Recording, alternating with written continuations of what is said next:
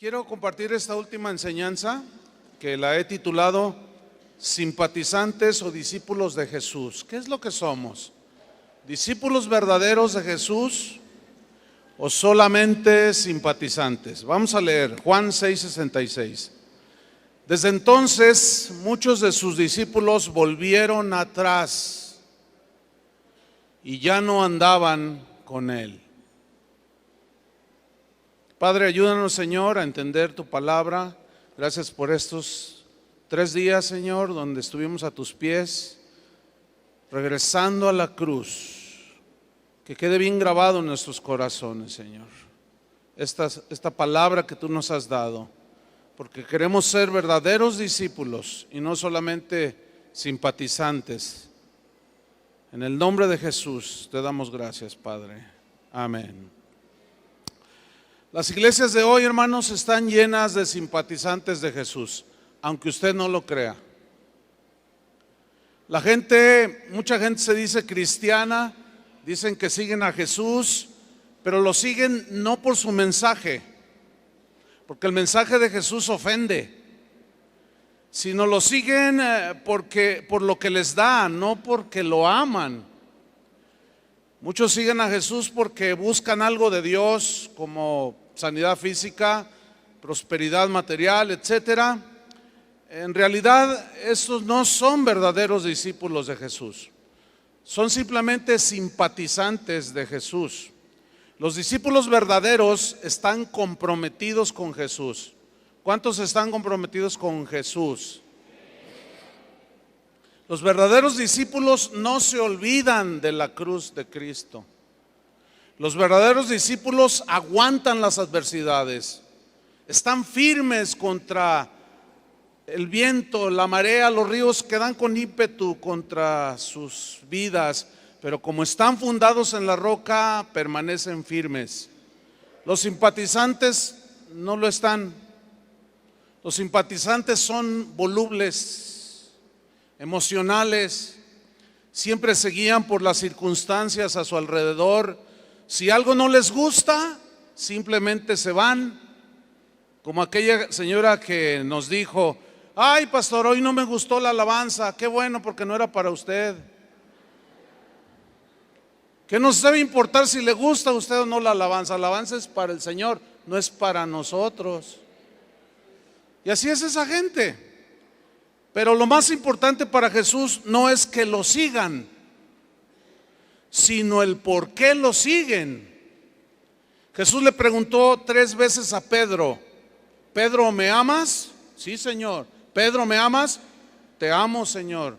3 veces: Pedro, ¿me amas? Señor, tú sabes todo, tú sabes que te amo.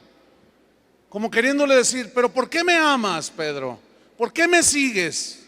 ¿Me sigues por lo que te doy o porque realmente me amas a mí y has recibido en tu corazón mi mensaje? A Jesús le interesaban las motivaciones del corazón de Pedro, sin duda, como también le interesan las motivaciones de nuestro corazón. A Jesús le interesa que nuestros motivos del por qué lo seguimos sean genuinos, puros, limpios, motivos producidos por el Espíritu Santo en nuestra nueva naturaleza y no motivos que surgen de nuestra carne. Entre la multitud de los que seguían a Jesús se mezclaban los simpatizantes y los verdaderos discípulos de Jesús. En Marcos 10:46 dice que vinieron a Jericó, y al salir de Jericó, él y sus discípulos y una gran multitud. Aquí está. En Juan 6:1 dice: después de esto, Jesús fue al otro lado del mar de Galilea, el de Tiberias, y le seguía, ¿cuánto? ¿Cuánta gente le seguía? Gran multitud, porque veían las señales que hacían los enfermos. Versículo 14, 6:14. Aquellos hombres entonces, viendo la señal que Jesús había hecho, dijeron: este verdaderamente es el profeta que había de venir al mundo. Pero entendiendo Jesús que iban a venir a apoderarse de él y hacerle rey, volvió a retirarse al monte él solo. Aquí vemos en estos pasajes dos grupos distintos. Uno era el de Jesús y sus discípulos, pero también vemos a una gran multitud. La pregunta para nosotros es la siguiente: ¿cómo estás siguiendo tú a Jesús? ¿Cómo sigo yo a Jesús?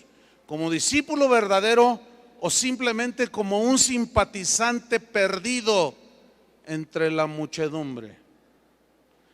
Vamos a ver la diferencia de estos dos grupos.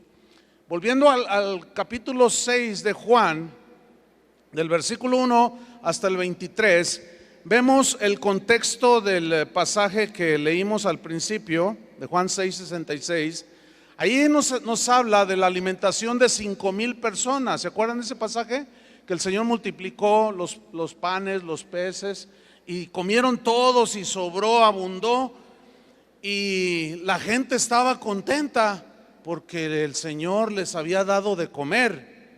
En el versículo 24, Juan 6:24, dice así.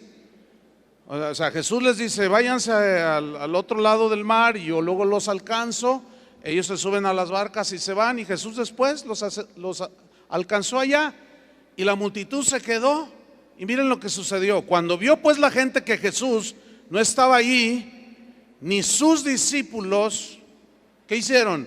Entraron en las barcas y fueron a Capernaum buscando a Jesús. Esa frase se oye muy piadosa, ¿no? Ay, mira, la gente tenía hambre del Señor Jesús y lo buscaban porque lo amaban, querían más de Jesús. ¿Querían más de Jesús o querían más sándwich de pescado? ¿Qué cree usted que quería la multitud? Bueno, versículo 25. Y hallándole, una vez un predicador dijo: y hallaron a Jesús, pero no explicó lo demás.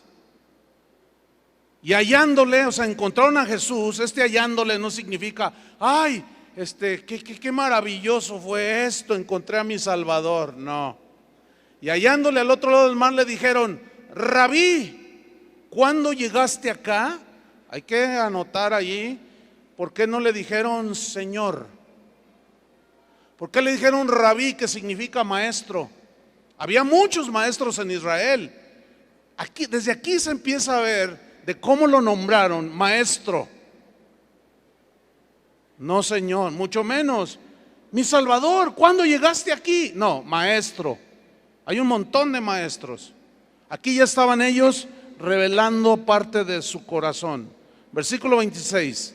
Respondiendo Jesús y les dijo: de cierto os digo, que me buscáis no porque habéis visto las señales, o como dice otra versión, porque hayan entendido quién soy yo al haber hecho estas señales, sino por la señal misma, sino porque comisteis el pan y os saciasteis.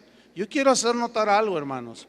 Jesús, como decía Daniel, es la verdad, y Él habla la verdad, y nosotros tenemos que hablar la verdad. Y así como Jesús, Él no se anduvo como hoy muchos predicadores dicen: ay, no les podemos hablar así tan claro a la gente porque se ofenden, dice.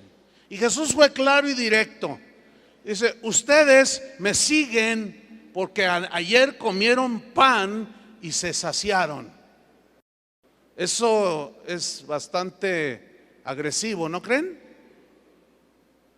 Versículo 27. Trabajad, no por la comida que perece, sino por la comida que a vida eterna permanece, la cual el Hijo del Hombre os dará, porque a este señaló Dios el Padre.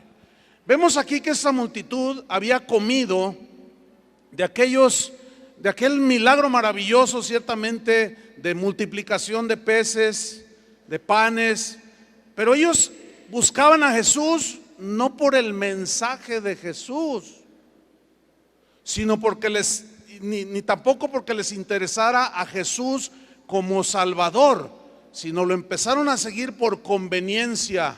Como decimos aquí en México, ese refrán popular: a la gorra no hay quien le corra. O sea, a lo gratis, pues ¿quién no recibe lo gratis, verdad? La gran paradoja es que la salvación es gratuita y no la reciben, pero sí quieren pan, sí quieren casas, sí quieren carros. Esa es la gran paradoja, ¿no? Por conveniencia seguía esta multitud a Jesús. Ellos habían comido gratis y les gustó. Claro. Esa multitud solo pensaba en lo terrenal, en lo pasajero. Su mente no estaba pensando en lo eterno. Es como si Jesús les dijera: ustedes están tan ocupados pensando en su estómago, y como dijo el apóstol, cuyo Dios es el vientre, que solo piensan en lo terrenal. Ustedes nada más están pensando en su estómago y no les importa alimentar su alma. Ustedes nada más tienen su mente en lo pasajero, pero el reino de Dios no consiste en comida ni bebida. A los simpatizantes solo les interesa lo material, solo les interesa su comodidad, lo que les conviene. Ellos no entienden que no solo de pan vivirá el hombre, no lo entienden, sino de toda palabra que sale de la boca de Dios, palabras de vida eterna. Y Jesús resume su enseñanza y su reprensión y les dice en el versículo 27, Juan 6, 27, trabajad no por la comida que perece, sino por la comida que a vida eterna permanece. Es decir, que su énfasis no esté en las cosas pasajeras. Eso mismo lo dijo en el libro la carta de Mateo, el Evangelio de Mateo. Buscad primeramente el reino de Dios y su justicia, y todas estas cosas, la comida, el vestido, el techo, serán dadas por añadidura. Mucho tiempo atrás un profeta había preguntado: ¿por qué os gastáis el dinero en lo que no es pan y el producto de vuestro trabajo en lo que no satisface? Pero ahí está la multitud. Algunos de ellos seguían a Jesús, unos por la comida, otros por los milagros que vieron. Pero a la hora de la verdad, esta gente abandonó a Jesús. En Juan 6, hasta el versículo 58, allí Jesús da un discurso extraordinario, pero a la vez muy confrontativo para los que lo estaban oyendo. Él dijo: Moisés no les dio el verdadero pan del cielo, él les dio el maná, pero he aquí el verdadero pan del cielo. Jesús estaba diciendo: Moisés les dio algo pasajero para saciar vuestra alma momentáneamente, pero Dios el Padre les da el verdadero pan del cielo que salvará vuestras almas. El que no come mi carne y bebe mi sangre no puede estar conmigo. Eso significa participar de su sacrificio. Ella les empezaba a dejar en claro, comenzaba el Señor a dejarles en claro que la consumación del plan de Dios en la cruz tenía que llegar. Ellos ya sabían por las profecías. Cada sábado iban a las sinagogas, escuchaban a los rabinos, a los maestros, a los intérpretes de la ley exponer las escrituras, y ellos tenían esperanzas de que viniera un Mesías a rescatarlos. Dice en Juan 6:59, después de que les da ese discurso del pan de vida que era Él, esas cosas dijo en la sinagoga enseñando en Capernaum. Mira el versículo 60. Al oírlas, muchos de sus discípulos dijeron. ¿Cuántos de sus discípulos? Muchos. Eso para mí es muy preocupante. Muchos de sus discípulos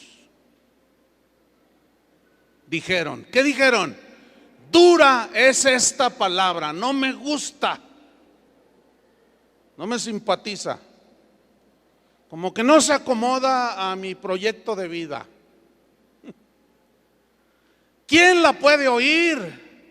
Versículo 61. Sabiendo Jesús en sí mismo que sus discípulos murmuraban de esto, les dijo: ¿esto os ofende? Uy, parecen jarritos de Tlaquepaque, jarritos de barro que son parecen copitas de cristal, ay, no, con cuidado que es de cristal y no se vayan a romper. Hoy la iglesia se ha vuelto una vajilla de vasos de cristal, que no los puedes tocar poquito, porque se hacen pedacitos. No les puedes decir las verdades de Dios porque se ofenden, ¿verdad? Hay 2, 3 sinceros ahí. No, es que lo que usted dice es muy ofensivo, Jesús. Usted no puede ofendernos de esa manera. Pero ustedes todo el día, cada día de su vida, se la pasan ofendiendo a Dios. Y yo, porque les digo la verdad, ¿me quieren matar? Lo mismo le pasó a Pablo. ¿Me he hecho vuestro enemigo por decirles la verdad? Y como dijo un hombre en la antigüedad, yo prefiero herirlos con la verdad que matarlos con la mentira. Pero a los simpatizantes no les gusta oír las verdades de Dios. ¿Por qué? Porque la palabra de Dios es viva y eficaz y es más cortante que toda espada de 2 filos, que penetra hasta partir el alma y discierne los pensamientos y las intenciones del corazón y saca al descubierto todo lo que hay en nosotros. Por eso no nos gusta. Y como dice la Biblia, la verdad no peca, pero incomoda. Así dice, ¿verdad? Estaban ofendidísimos porque les dijo: yo soy el verdadero pan del cielo, pero el que no participa de mi sacrificio, el que no va a la cruz, no puede ser mi discípulo. Juan 6:66. Desde entonces, aquí viene lo duro de esto. Desde entonces muchos de sus discípulos volvieron atrás y ya no andaban con él. ¿Conoce gente que en un tiempo iba a la iglesia donde usted asiste o asistía? O sea, se encuentran en los supermercados, en la calle, en el estadio de fútbol. Hola, hermano, ¿cómo son? No, yo ya no voy. Es que yo le pedí al Señor que me diera, no me lo dio. Y por eso ya no vas. No, ya no voy. Oye, ¿dónde está aquello de que cantabas? Hosana, Hosana. Porque esos mismos que cantaron Hosana fueron los que después gritaron: crucifícale. Es lo que vamos a ver más adelante. Muchos cristianos de hoy son como los vampiros, huyen de la cruz. Pero ¿cómo chupan sangre? Sí. Hay una historia en Lucas 17:12. Son 10 leprosos.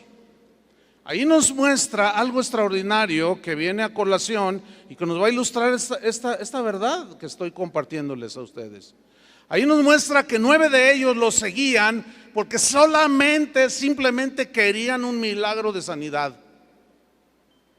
Pero había otro distinto. Este no solo anhelaba su sanidad, sino anhelaba algo más.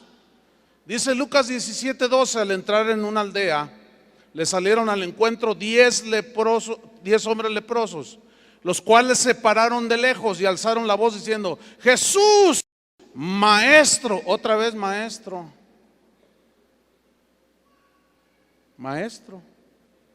¿Qué dijo María cuando vio al Señor resucitado? Señor. ¿Qué dijo Felipe? Señor. Y estos, dice: Jesús, Maestro, ten misericordia de nosotros. Cuando él los vio, les dijo: id, mostraos a los sacerdotes. Y aconteció que mientras iban, fueron limpiados. Entonces uno de ellos, viendo que había sido sanado, ¿qué hizo? Volvió y glorificando a Dios a gran voz, y se postró rostro en tierra a sus pies. Aquí en la palabra postrar es donde está la esencia de la conversión en este caso. Porque esta palabra postrar en el griego es una palabra proskuneo, que significa postrarse para adorar a Dios único, reconociendo que Él es el Señor, el todo, el Creador y el Salvador. Entonces se postra en rostro a sus pies, dándole gracias, y este era samaritano. Pero miren la reacción de Jesús. Respondiendo Jesús dijo: ¿no son 10 los que fueron limpiados? ¿No son 10 los que fueron limpiados? Bueno, había otra gente allí mirando todo aquello. Y los 9, dice, ¿y los 9 dónde están? No hubo quien volviese y diese gloria a Dios sino este extranjero. Y le dijo: levántate, vete, tu fe te ha salvado. Este hombre se fue no solo sano, sino salvado. ¿Cuántos de ustedes han ido a una campaña, esas campañas muy socorridas de sanidad? ¿Ha visto milagros? ¿Sí? Pero por montones, ¿a poco no? Yo he visto con mis propios ojos, ahí enfrente de mí en alguna ocasión, bueno, varias, gente sanando de una manera impresionante. Pero pregúnteme dónde están ahora. Ellos fueron por su milagro, claro, venga por su milagro. Lo demás no importa, usted nada más venga por su milagro. Pero para Jesús sí importa. Tenemos que predicar el evangelio de la salvación. No podemos darnos el lujo de que solamente la gente obtenga lo que quiere, porque el Señor les recriminó a aquellos: ustedes nada más vienen porque comieron. Y también a nosotros nos recriminará si solamente damos una parte del evangelio y no damos todo el consejo de Dios. Les voy a hacer una pregunta: ¿qué es más importante y trascendente para la vida de un ser humano? ¿Sanidad en su cuerpo o que su alma sea salvada de la condenación del infierno? Entonces, ¿por qué no predicamos eso? Porque estos 9 leprosos ahorita en este mismo momento están en el infierno.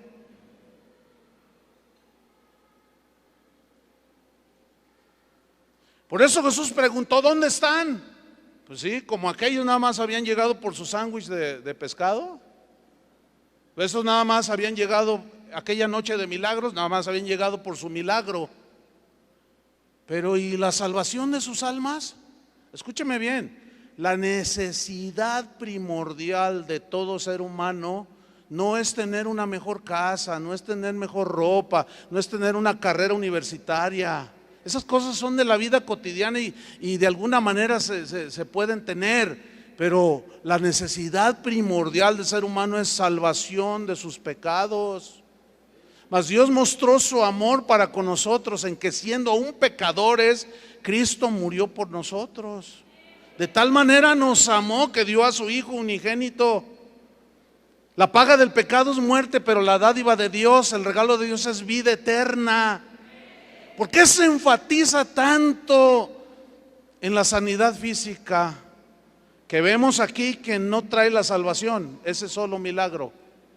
Los milagros no garantizan que la gente se va a salvar, pero la predicación, el evangelio, es el poder de Dios para salvación a todo aquel que cree. No dice los milagros son el poder de Dios para que la gente se salve, dice el evangelio. Pero las señales siguen a la predicación del evangelio, como escuchamos en la mañana. Las multitudes no conocían a Jesús, lo seguían porque pues ¿quién no tiene necesidad, hermanos? Todo el mundo tiene necesidad de algo, pero la necesidad mayor se hace a un lado, que es salvación. Ellos estaban confundidos, no lo conocían, semejante a las multitudes de hoy.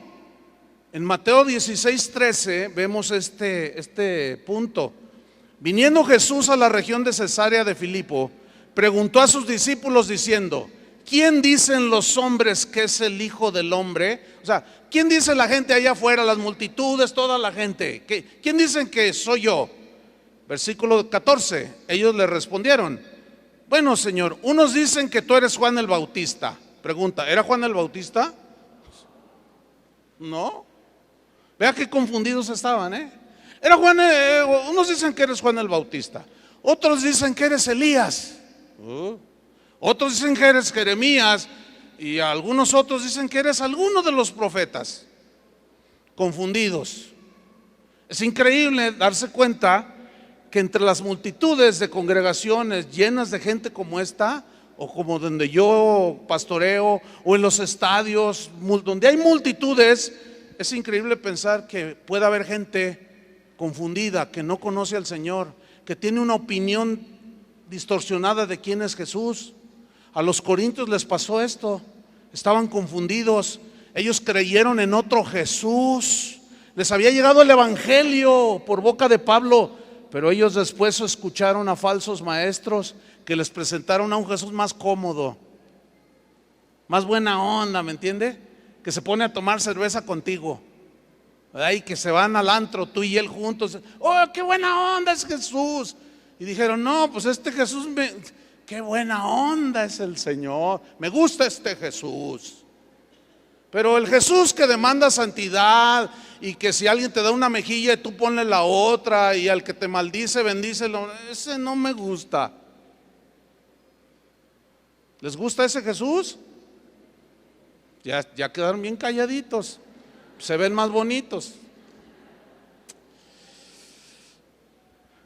Ellos pensaban que los corintios pensaban que seguían al Jesús que predicaba Pablo, pero ellos habían sido receptores de otro evangelio. Ellos estaban equivocados. Los falsos maestros les presentaron a otro Jesús, 2 de Corintios 11:3. Pero me temo que como la serpiente, ¿a quién se refiere con la serpiente? Satanás. Con su astucia engañó a Eva. Vuestros sentidos sean de alguna manera extraviados, desviados de la sincera fidelidad a Dios, a Cristo. Porque si viene alguno predicando a otro Jesús que el que os hemos predicado, o si recibís otro espíritu que el que habéis recibido, u otro evangelio que el que habéis aceptado, bien lo toleráis. Pablo está reprendiendo a los corintios. ¿Por qué toleran un evangelio diferente? ¿Por qué están tolerando a otro Jesús, no el Jesús que murió en la cruz? Ustedes están tolerando a otro Jesús muy permisivo.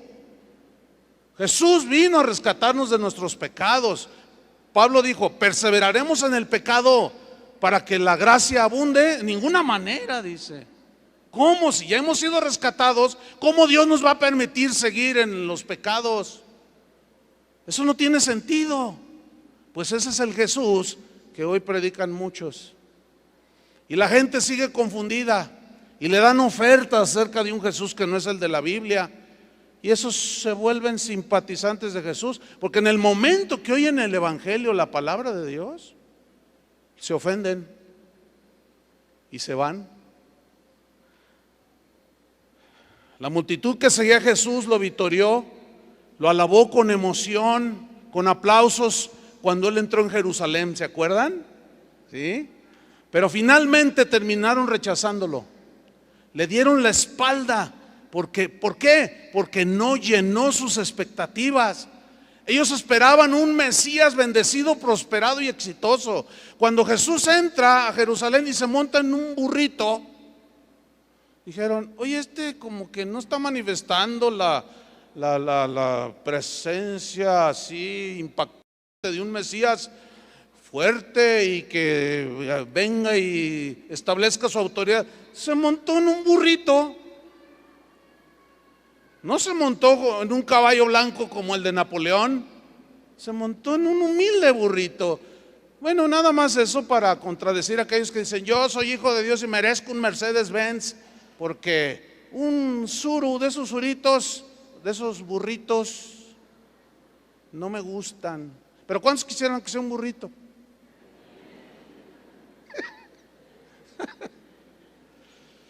Por eso vinieron, ¿verdad? A ver si Dios se los daba. ¿No? Juan 12:12. Seguimos con la multitud. Era la misma, eran los habitantes de Jerusalén. El día siguiente, grandes multitudes que habían venido a la fiesta Al oír que Jesús venía a Jerusalén, tomaron ramas de palmera y salieron a recibirle y clamaban: Hosana, bendito el que viene en el nombre del Señor, el Rey de Israel. Mira, típico, cualquiera que no discerniera la multitud como lo hacía Jesús, diría lo que hoy decimos nosotros: avivamiento. Vemos el estadio Azteca lleno de almas alabando al Señor. 120,000 más los que están en la cancha, 150,000. Glorioso. Y empezamos a llorar porque vemos a la gente moviendo sus manitas limpias así. Y con un sonido espectacular, cámaras de humo, luces. Y decimos: avivamiento, oh la gloria. Decimos, ¿será? ¿De veras creen eso? Pues en la Biblia muestra que las multitudes no garantizan absolutamente nada. Aquí se mira, aquí todo el estadio en Jerusalén estaba lleno.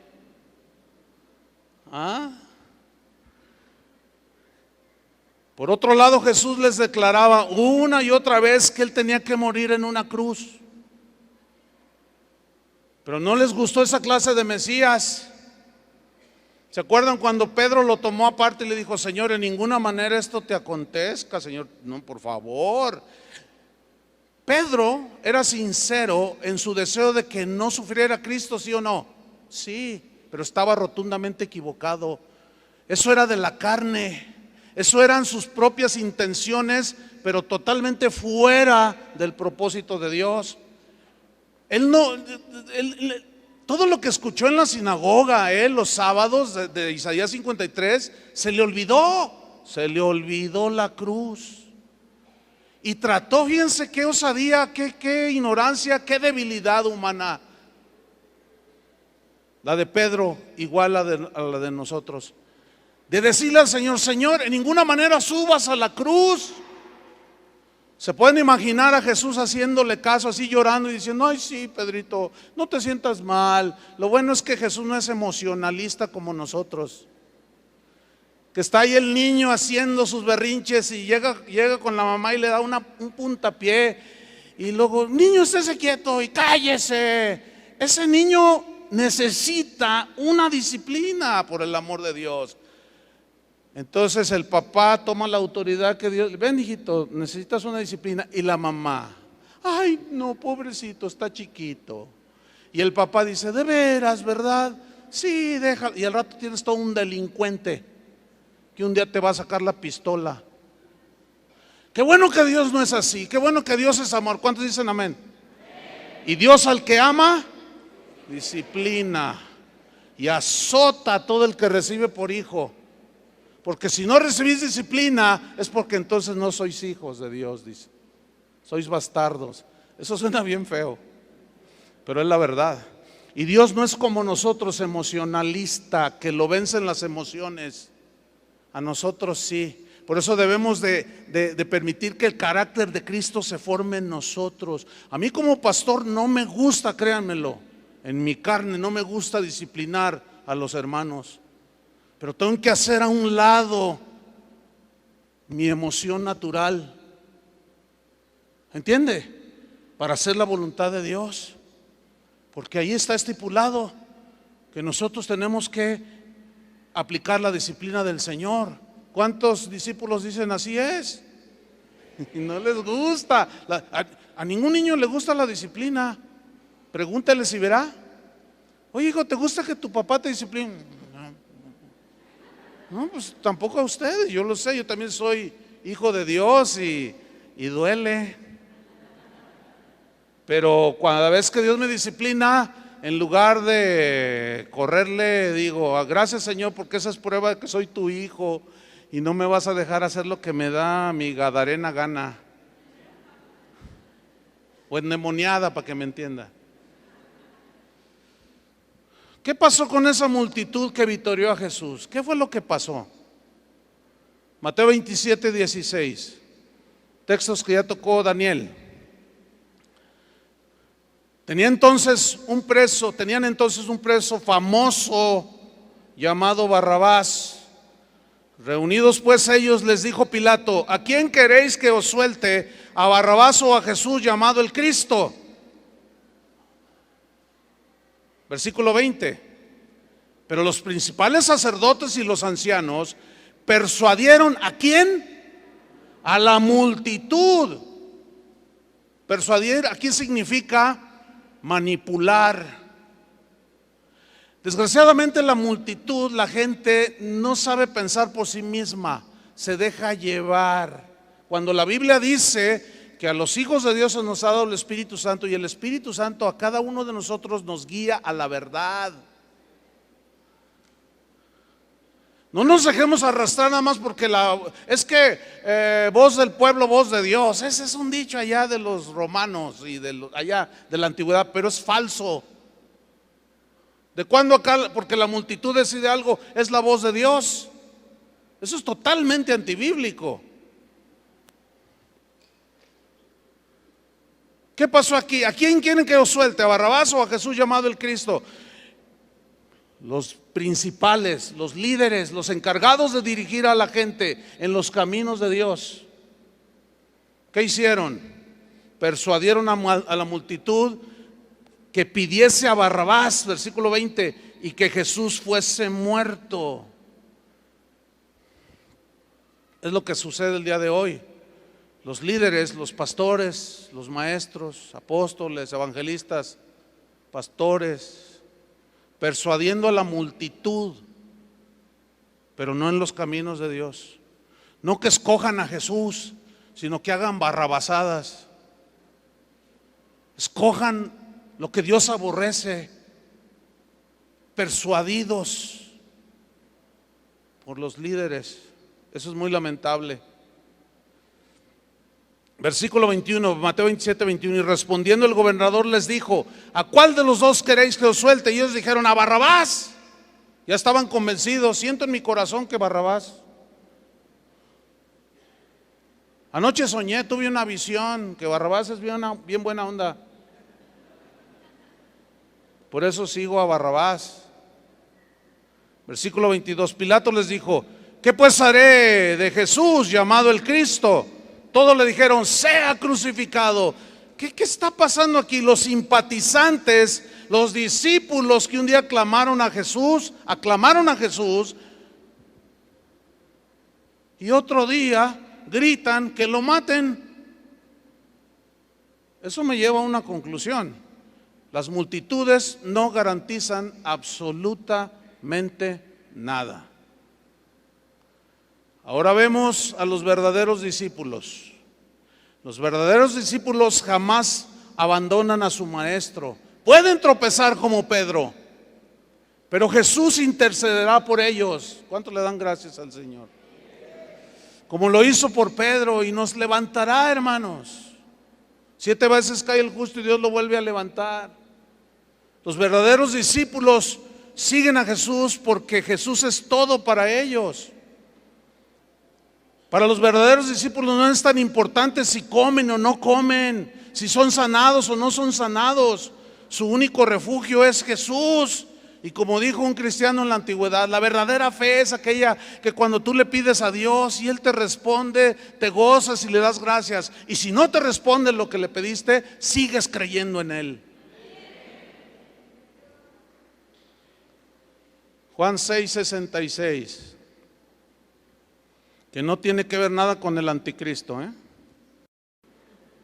no, porque déjeme decirle algo, hay una de supersticiones dentro del cristianismo de hoy, espantosa.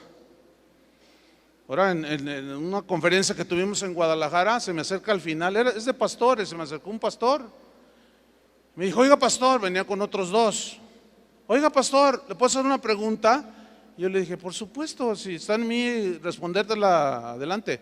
Dice: bueno, es que mire, la primera noche que usted predicó, traía usted un saco con un botón abrochado, nada más. Ah, sí, no, pues no. Dice: anoche traía un saco con 2 botones abrochados. Ah, pues no sé, no me fijé. Dice: y ahorita trae uno con 3 botones abrochados. Dice: ¿cuál es el mensaje? ¿Puedes creer eso, Dani? Y yo le hice así, bueno, más bien le hice así: ¿tú eres pastor?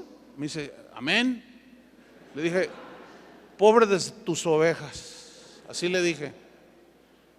Qué tragedia tener un pastor tan supersticioso. Pero yo los estaba observando y le dije, mira, es como si yo te dijera ahorita, mira, fíjate, tú traes la camisa con el botón abrochado. Él la trae sin el botón aquí, el último, desabrochado. Y él trae 2 botones desabrochados. ¿Cuál es tu mensaje para mí? No, pues,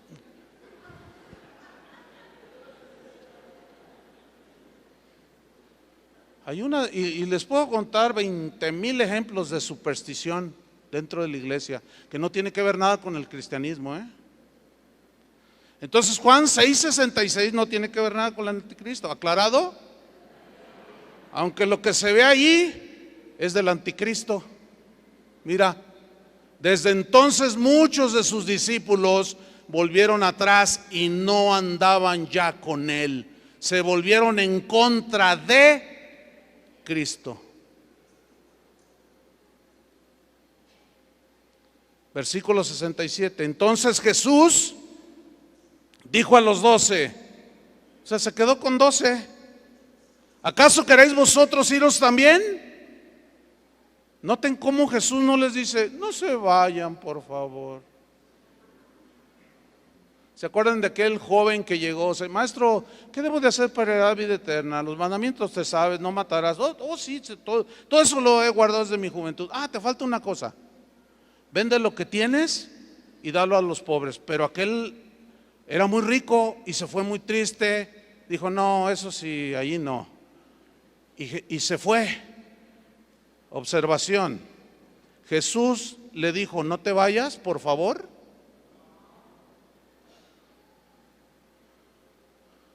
Cuando alguien, al menos en mi congregación donde yo pastoreo, sale como ese joven, yo no hago el mínimo intento de detenerlo. Jesús no lo hizo. ¿Yo quién soy para ser más misericordioso que él? Suena duro, ¿no? Pero vean. Y volteé con sus discípulos y les digo que el que no toma su cruz cada día viene en pos de mí, no puede ser mi discípulo. Eso es duro. Eso no lo aguantan los simpatizantes. Eso es para los verdaderos discípulos. ¿Cuántos dicen amén? ¿Y a su nombre? Más o menos, se oyó. Así como en Jerusalén se oyó. ¿Acaso queréis iros vosotros también? Respondiendo el 68, Simón Pedro le respondió, Señor, ¿a quién iremos? Fíjate cómo, qué diferente, los otros, Rabí. Y este le dice, Señor. Eso es significativo, Señor, ¿a quién iremos? Tú tienes, subrayen, palabras de vida eterna. Y nosotros hemos creído y conocido que tú eres el Santo de Dios. Entonces los verdaderos discípulos no buscan su comodidad ni su conveniencia. Ellos aman a Jesús y su palabra. ¿Por qué? Porque su palabra es vida para el verdadero discípulo. Si un verdadero discípulo, por poner un ejemplo bíblico, fue el apóstol Pablo. Sé tener abundancia y sé tener escasez. Con todo estoy enseñado, así como para tener abundancia, como para padecer necesidad. Todo lo puedo en Cristo que me fortalece. O sea, las circunstancias externas a mí no me mueven, porque mi fe no está fundamentada, ni mi actitud es de que yo sigo a Jesús si hay abundancia. Porque si hay escasez, entonces ya no, porque pues yo soy hijo del rey y yo no merezco tener necesidad. ¿Dónde ha oído eso? Eso no es el evangelio, mis queridos hermanos. A muchos les han enseñado a vivir en la abundancia y nunca les han enseñado a vivir en la escasez, como al discípulo Pablo. Él tenía contentamiento. Los verdaderos discípulos están contentos en las buenas y en las malas. Nada más lean Hebreos 11. Perseguidos, muertos a pedradas, partidos a la mitad, andaban errantes con pieles de ovejas, pobres, hambrientos. Ay, ese evangelio como que no, ese evangelio ya se perdió. El de hoy es World Trade Center. ¿A quién no le gusta irse a sentar al World Trade Center? Sí, pero ¿qué si no es World Trade Center? Y es la última colonia del Distrito Federal. ¿Ven? Se ha desvirtuado, es otro evangelio, es otro Jesús, no hay cruz ahí. Se olvidaron de la cruz. Pero hay algo interesante, les dice a sus 12, ¿también ustedes quieren irse? La idea es esta, la escena es esta. Él va caminando, se van todos, se van los discípulos, muchos, y él siguió caminando. No hizo el intento de detenerlos. Y de repente se detiene y voltea. ¿Ustedes también se quieren ir? No, Señor. ¿Cómo? Solamente tú tienes palabras de vida eterna. ¿A quién iremos, Señor? Pero entre esos 12 había uno que merece un Oscar por su actuación. Impresionante. Bueno, cuando menos un Grammy. Ya ve que ahora premian a los cristianos con Grammys. Por lo menos merecía eso, o un premio ARPA, por lo menos. Porque ese Judas supo fingir, supo aparentar que era un verdadero discípulo hasta el final. ¿De qué me habla esto? ¿De qué me habla esto?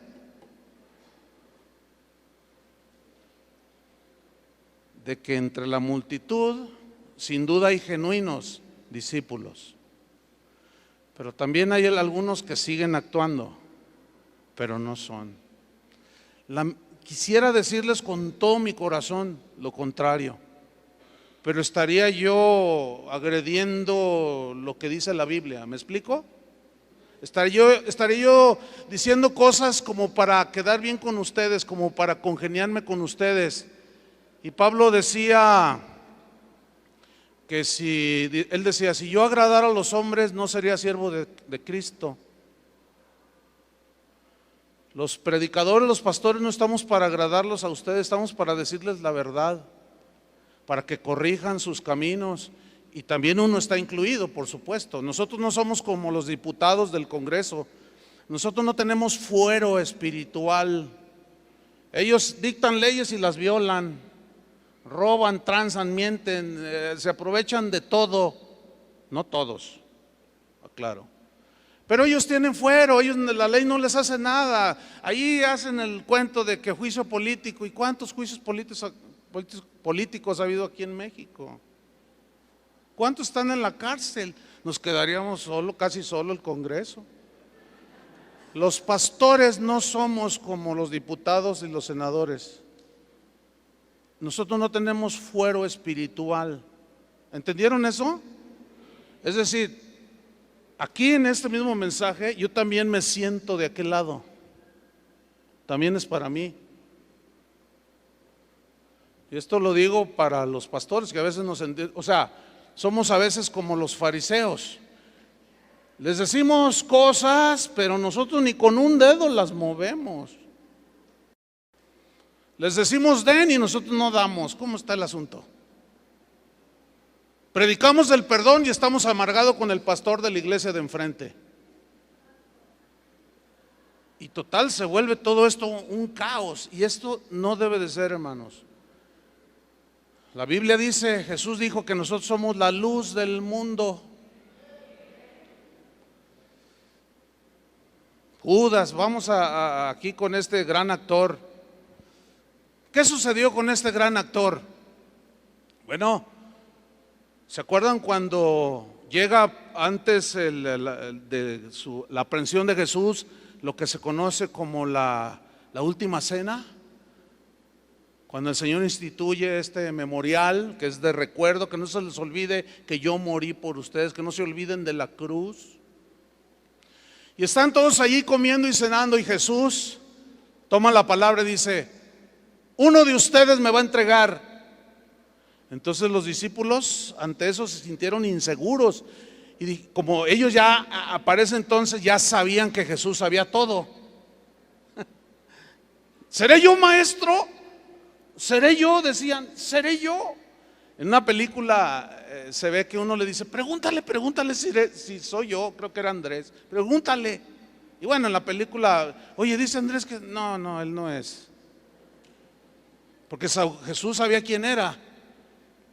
Y luego les dice: el que meta conmigo su pan, tome su pan y meta su mano en mi plato, ese es el que me va a entregar. Oiga, algo más descriptivo que eso no puede ser. Bueno, ¿cómo se dio eso? De alguna manera, a la hora de compartir la comida, el cordero pascual. Llega Judas y lo mete y va y se sienta. Y todos lo vieron. Y de repente se sale Judas y dicen: ¿y a dónde va? Y respondieron los discípulos: es que va a ir a darle de comer a los pobres. ¿Se fijan cómo los mismos 11 estaban plenamente convencidos que Judas era uno como ellos? ¿Era verdad? No. Judas, ya no voy a describir más, lo describió excelentemente Daniel. Judas fue un no nacido de Dios, nunca se arrepintió, nunca fue lavado con la sangre de Cristo, pero llegó al colmo de la astucia, llegó al colmo de la desvergüenza. Era un cínico. Hasta el último momento, todo planeado de una manera diabólica.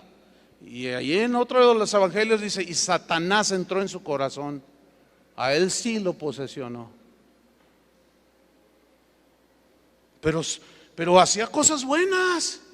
Le daba de comer a los pobres, ayudaba, servía al Señor. Yo cuando en la vida ministerial, cuando he visto episodios que han dolido al corazón por gente que traiciona, ¿no? ¿Saben cuál es mi consuelo? Pero poderoso. Leo ese pasaje y digo: pues si a Jesús se le metió un Judas, que no se me metan a mí 2, 3 por ahí. El asunto es que la Biblia dice, le dice Pablo a Timoteo: toda la escritura es útil para enseñar, para redarguir. Significa confrontarlos con la verdad. Y nuestra responsabilidad es confrontarnos todos con la verdad de Dios. ¿Qué eres? ¿Un verdadero discípulo o solamente un simpatizante que hasta ahorita ya llevas la comedia casi al final de tu vida? Que si no te arrepientes, terminarás como Judas. Así de fuerte es.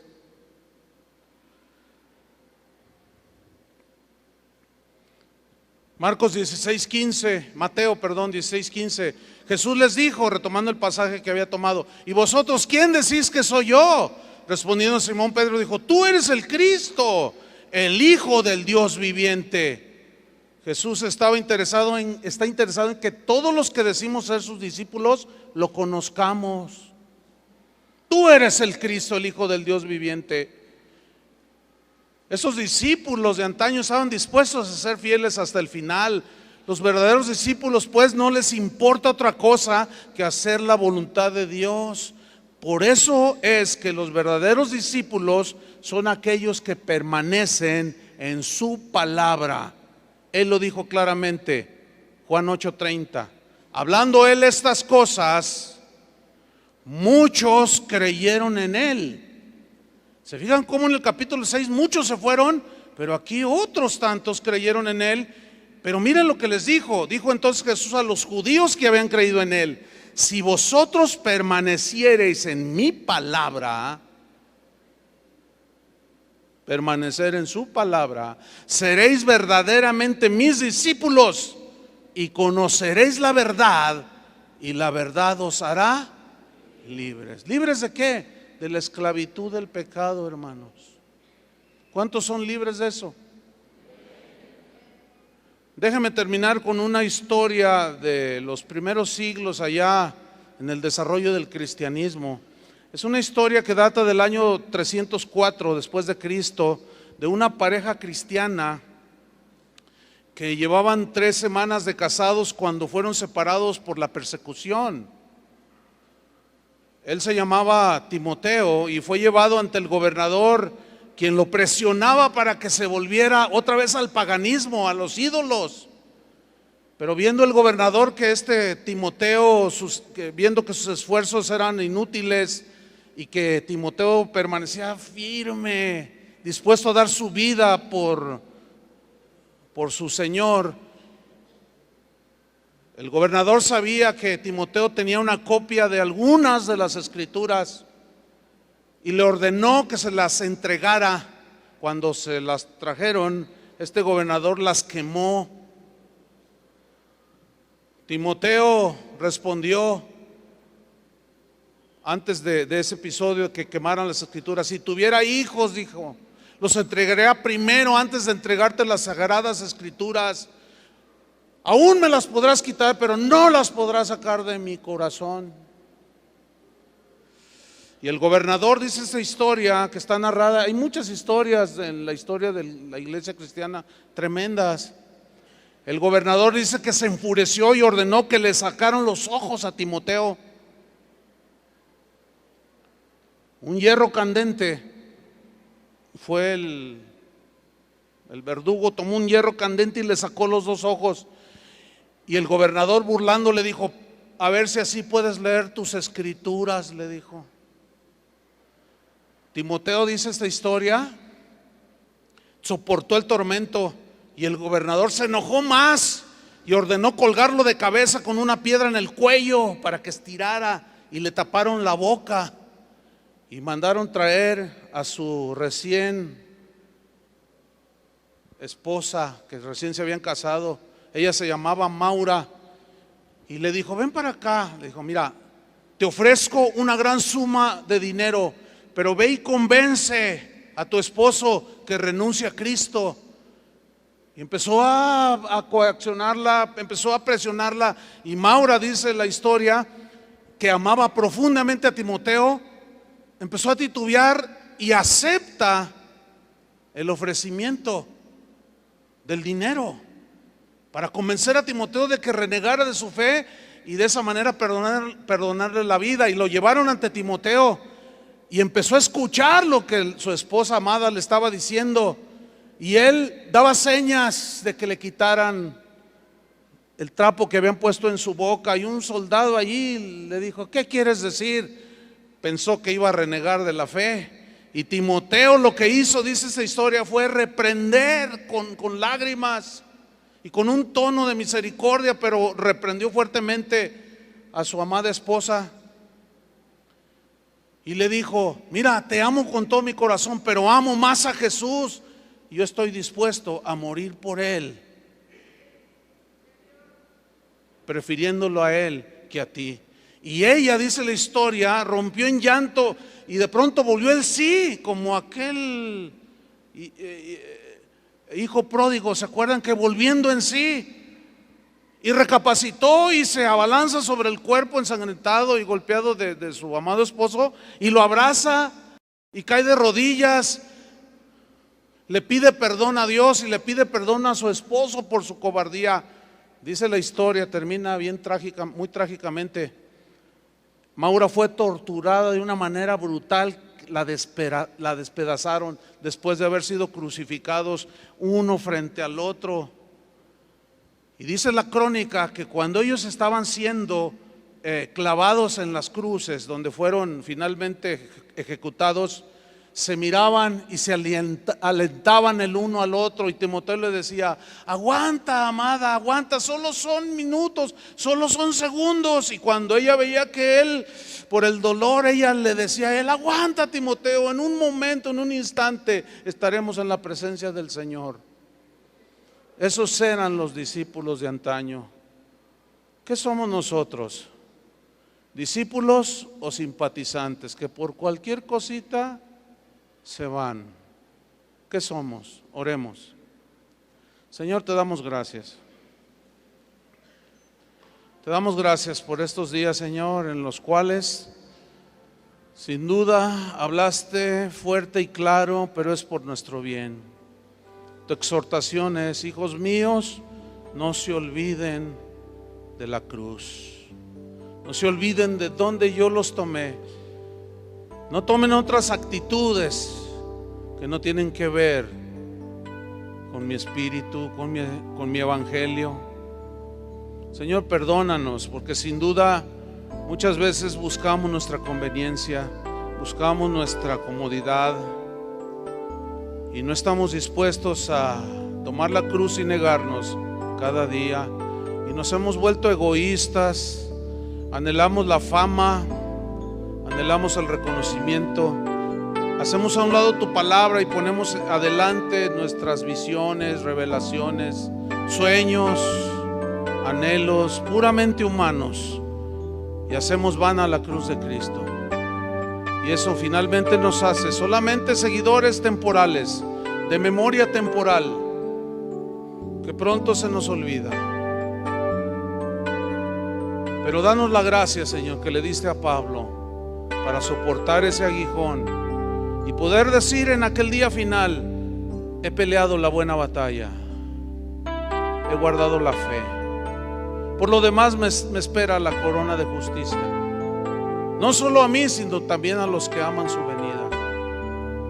Danos la gracia que le diste a este matrimonio en aquellos años,